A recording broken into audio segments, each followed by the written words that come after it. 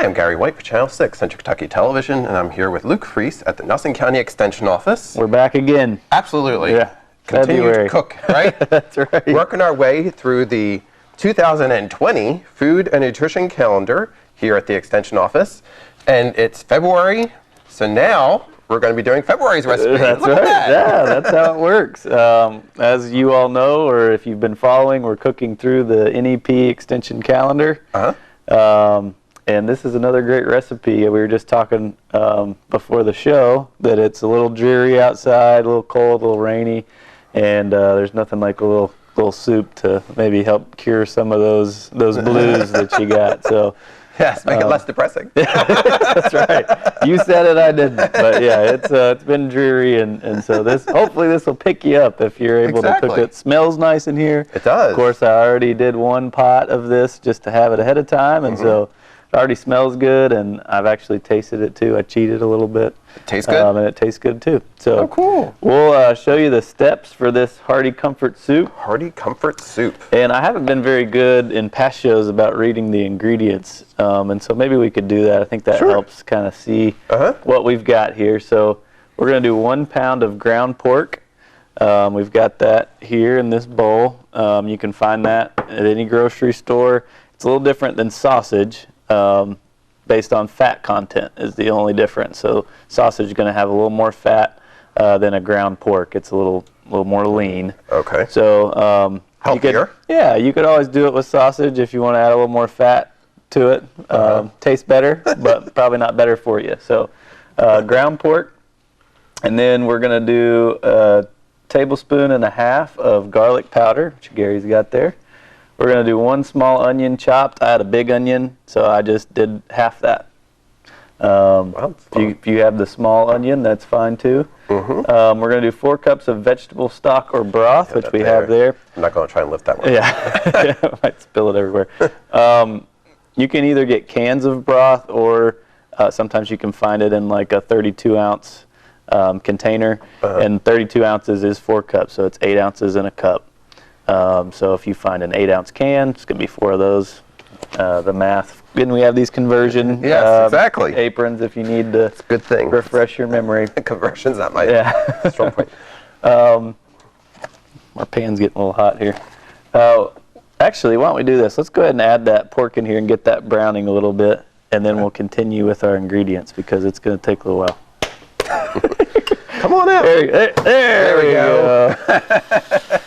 Awesome. And so as that kind of browns, it'll release some oil, so that's why we didn't have to put any oil in it. That's going to give us kind of our oil base. That's the fat. That's right? Yeah. Right. Okay. So I'm going to leave that here. All right. So then we're going to do a can of crushed tomatoes, which is there. Kind of looks like salsa or spaghetti sauce, but it's just tomatoes crushed. 2 tablespoons of Italian seasoning. You can find all varieties of that. There's all different brands, but they all tend to have the same main herbs. It's usually like parsley, basil. I think there's 3 or 4 different Italian spices in there. We're going to do 2 15-ounce cans of cannelli beans, which we have right here. We're going to drain those. You don't have to rinse them, but if you want to rinse them, you can. We're popping again. Basically, that just takes some of that salt content out of there. In order to preserve the beans, they put sodium in there so you can have those on your shelves for a long time. So we're just going to drain some of that sodium out so we don't have as much salt in our recipe. Okay.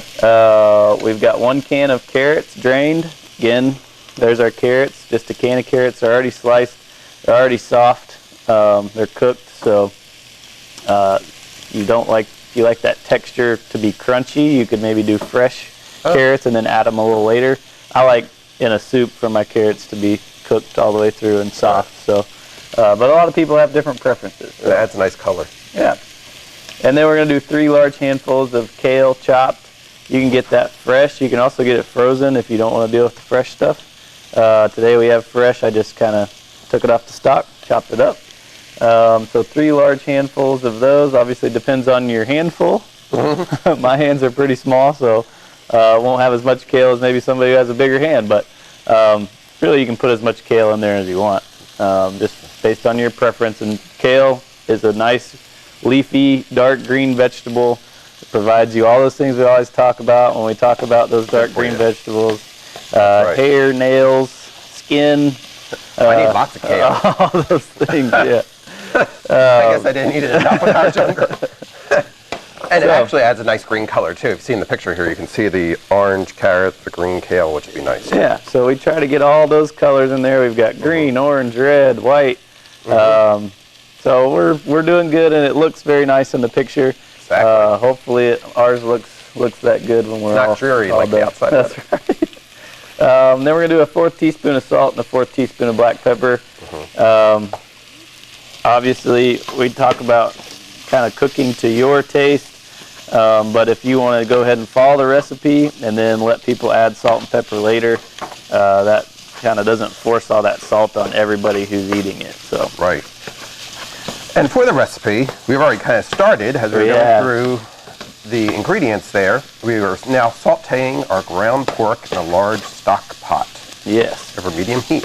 And then, as this is kind of sauteing, we're going to add those onions in here. So if you want to grab those onions, I've already chopped those. If you haven't seen the easy way to kind of dice onions or chop onions, you can view a previous episode. Go to channel6tv.com and you can watch all the other episodes. Yeah, but you can go ahead and pour all that in. Seems like a lot of onion, but it'll cook down. And that onion's going to give us nice flavor. So a lot of these recipes, we're trying to add flavor without all the salt, because acid, salt, fat, sugar, all those things add flavor. It's what we feel like tastes good.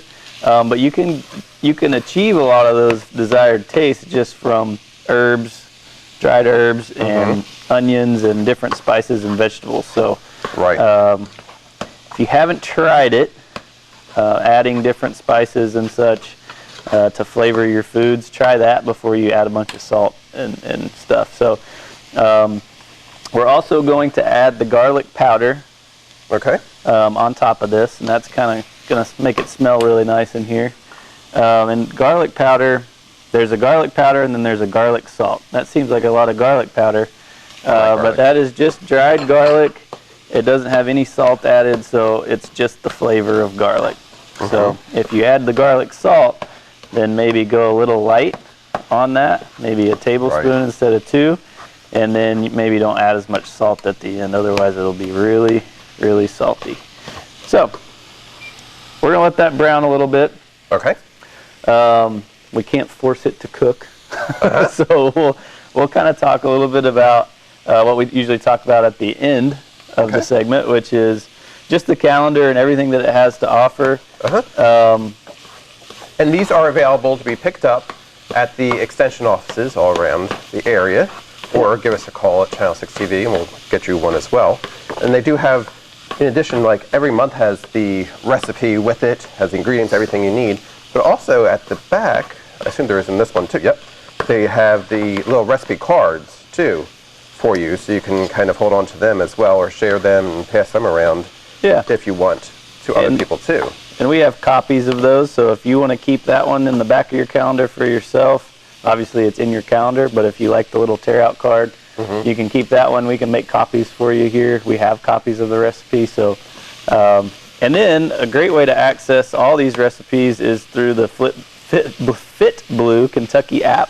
And you can search that on your any device, Android or iOS, and just FitBlue Kentucky. You can download that app. It gives you different challenges as far as physical activity, but it also has all these recipes and more. So it's a great way to access all these things. For 2020. There are also some nutritional facts about this one that we want to talk about. It's only 160 calories per serving, which is actually pretty good. That is good, and I didn't see 10 servings, so it makes 10 servings. A serving is considered 8 ounces or a cup. So that's when I feel like whenever I eat, I always just eat until I'm full. But if you can really pay attention to those serving sizes and know exactly kind of where your calories fall, we eat food to fuel our bodies. Calories are like our gasoline, And so if we have excess, we're not burning them, that's when we kind of get flooded. Yeah, our system gets flooded. It doesn't know what to do with all the extra energy. And so it's really good to pay attention to kind of how much you're eating and your serving sizes. Absolutely. It seems like when we go to restaurants, we always get a lot of food, and we think that's one serving, but in reality, we're getting maybe 3 or 4. Yeah, that's the point I was going to make. When you are looking to, like, this is a soup. If you look at a can of soup, sometimes you'll look at it and it'll say like 50 calories per serving. Yeah. But that can actually has multiple servings in there. So make sure you be aware of that as well, because sometimes it's more than you realize what a serving is. A serving's not as big as you think. So really looking at that nutrition facts label on the back of any food product that you have, that's going to tell you a lot about what you're putting in your body. And they say you are what you eat, right? So, that's right. But yeah, a lot of things, especially like chips, bags of chips. You get a big bag of chips and it says like 200 calories on it. And you're like, oh, I'm just eating 200 calories. But then you look at the serving size and it's 3 or 4 servings. So you're actually got to multiply that by 3 or 4. So right, exactly. We're not math majors around here, so we won't try to multiply that. But and this recipe is going to, eventually we're going to be adding the kale, which is a superfood, which is high in vitamins A, K, and C, and the mineral magnesium. Manganese. I think is how you pronounce that. Yeah, kale is good for you. People include it in smoothies, and you can, any dark green, leafy green vegetable like kale, spinach is the same way. They're all going to have some of those same minerals and vitamins. So, looks pretty good. We're browned up. Looking good. And I'm actually going to change spoons because I've got some pork on here that's not quite cooked. And as we know with raw meat, we don't want a chance having anything that's not cooked to temperature. And our apron tells us what's the temperature for pork? Pork is beef, lamb, and pork, 145 degrees Fahrenheit, 63 degrees Celsius. 145. So we're not going to be able to test the temperature with the meat thermometer this time, but you don't want to see any pink color. You want it all to be browned up.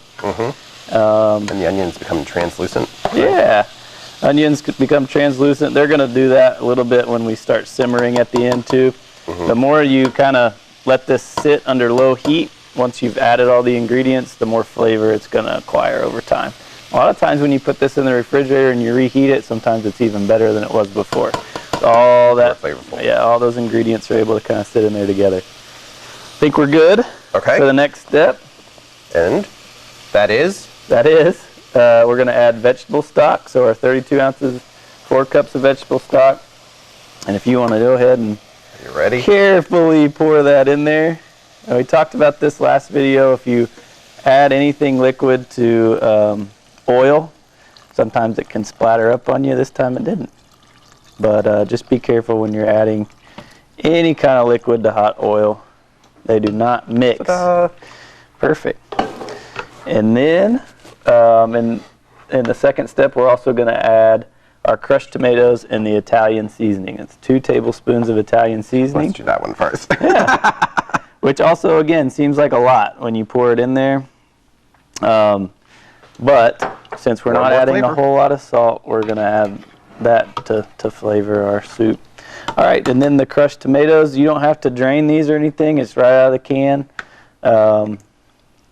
If you want to do fresh tomatoes, you're more than welcome to crush them up yourself.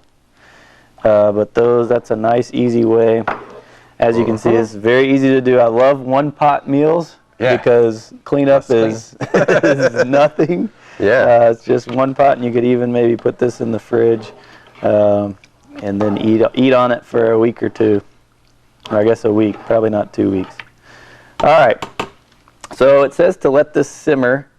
The point of that is because if you put the kale and the beans and the carrots in now, sometimes they can get mushy, and then when you start stirring it, they break apart, and they're unrecognizable pieces of vegetable. So, but we are going to go ahead, since we're short on time, we're just going to go ahead and add the rest of it in here and let it simmer all together. Okay. So if you want to add the carrots, and this again is tough because sometimes it'll splash up. If you, I'll kind of help you there, Gary. It'll splash up on you, so just be careful when you're adding this. And you might, this is one of the biggest pots that we have in our kitchen. So, and a lot of people, this is the stock pot's going to be your biggest pot. So it'll fit in there, but you just got to be careful when you're kind of stirring it around. And so now we're adding our beans, carrots, and kale. Yes, beans, carrots, kale, and then at the end we'll do our salt and pepper. Now it's going to look like a lot of kale, and you're going to kind of have to be careful when you're pressing it down into your soup, but it will cook down. Yeah. And you won't be able to recognize that hardly any kale's in there. It'll lose all its water, and it'll just look like an herb or a spice. So, last step is your salt and pepper. So fourth teaspoon. Fourth teaspoon salt, fourth teaspoon of pepper. We're going to add that. I just mixed the two together in that bowl. And that's it. And you're going to let it simmer. Now let it simmer. And so I'm going to turn that heat down to low. And we'll just kind of let that sit there, and we're all set. And then it's going to make 10 servings. Excuse me, and the serving size is 1 cup. The cost per recipe is $10.19, and the cost per serving is only $1.02. Yeah, and that really depends on the price you get all your ingredients at. A lot of this stuff is canned stuff, and you can find canned goods for not very much money. And it's a good source of protein. We have beans. Again, if you're a vegetarian, we have vegetable broth in here. So if you want to cut out the meat, you're more than welcome to cut out the pork. But you'll just have to add a little bit of fat, whether that's olive oil, vegetable oil, to kind of give it some of that flavor and be consistent with the recipe. But they can be adapted. They can all be adapted. Exactly. So this is going to sit and simmer, but you already cooked. I already cooked some for us, We're right? already good. So I'm going to go ahead and dish it out. And I've got it back here on this burner here. And we will taste it out. So you can see my kale has turned kind of a brown color. And that's why they ask you to add it at the end. Because if you want it to be that green color when you serve it, you don't want it to kind of sit in there because it will turn brown. Right. But it still tastes good. It tastes the same. Just might not look quite like you had it. And this is Hearty Comfort Soup. It's our February recipe in our food and nutrition calendar here that we've been cooking through with Luke here at the Nelson County Extension Office. And there we are. I'll give you a spoon to try it out. How's that sound? Yeah, thank you. And if you wanted to make this a meal, you could actually add cheese and crackers or some clementine wedges. Yeah, and as always, to get your dairy, you can always add a cup of milk if you don't want to do the cheese. And we're really just trying to, with each of these recipes, when it says make it a meal, you're trying to hit all 5 food groups. So you could include a little piece of bread. In the picture, it has a little piece of bread. But what do you think? It's really good. Good job. And it's flavorful. You really there are a lot of spices to it. Yeah. And, a lot of those, since you're not rinsing the beans or rinsing some of those canned products, it's going to add some salt. So you really don't have to over salt, I don't think. I think it tastes good just the way that it is. And again, if you have people at your home or office or wherever you're cooking this meal and they like a little more salt, all you got to do is just have that salt and pepper shaker ready for them. And as you can see, this pot's a nice big pot. And this will make a lot of soup. Yeah. And we said 10 servings in the pot, and really you could eat this and that'd be a good lunch, or maybe eat a couple of bowls for dinner, and that's what, 320 calories. So right. It was only 160. Yep. The average person needs 2,000 calories a day. So if you really like the soup, you can have a couple bowls. Just make sure you're kind of watching what you eat afterwards. Have a couple at dinner, have a couple at lunch, and you're still within where you need to be. That's right. Exactly. That's right. And it's healthy. Yeah. Well, good job. Well, thanks, Gary. Appreciate that. Now, if you'd like the copy of the Hearty Comfort Soup, come to the Nelson County Extension Office, or the Marion or Washington County will have the recipe, the calendars as well. or give us a call, and we will get you one of them. Yeah, and if you, again, you can always call the Extension office. Our number here is 502-348-9204. You can call me. We can talk about things that you can do to substitute if you have dietary restrictions and some of these ingredients don't fall within it. We can always answer some of those questions for you. If you have questions about other recipes, we can answer those. But we will be cooking through the whole thing throughout the year. That's right. And so we always enjoy this, and we always get to eat some food, which is always Exactly, nice. which is very good. And next month we're going to be doing some breakfast stuff, so look forward to that. Yeah, it's appropriate for the time that we normally do the show, right? Well, thank you very much. No problem. This has been Gary White with Luke here at the Nelson County Extension Office.